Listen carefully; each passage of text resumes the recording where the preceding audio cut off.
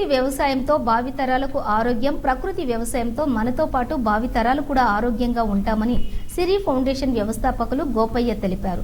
సోమవారం సూర్యాపేట జిల్లా నడిగూడెం మండలం బృందావనపురం, గోపాలపురం గ్రామాల్లో అధికంగా కూరగాయలు సాగు చేస్తున్న రైతులకు ప్రకృతి వ్యవసాయంపై నిర్వహించిన అవగాహన కార్యక్రమంలో ఆయన మాట్లాడారు. ఈ సందర్భంగా నేల ఆరోగ్యంగా ఉండాలంటే ఎలాంటి రసాయన ఎరువులు ఉపయోగించకుండా పశువుల ఎరువు, ఘనజీవామృతం, ద్రవజీవామృతం వాడాలని, దీంతో భూసారం పెరుగుతుందన్నారు.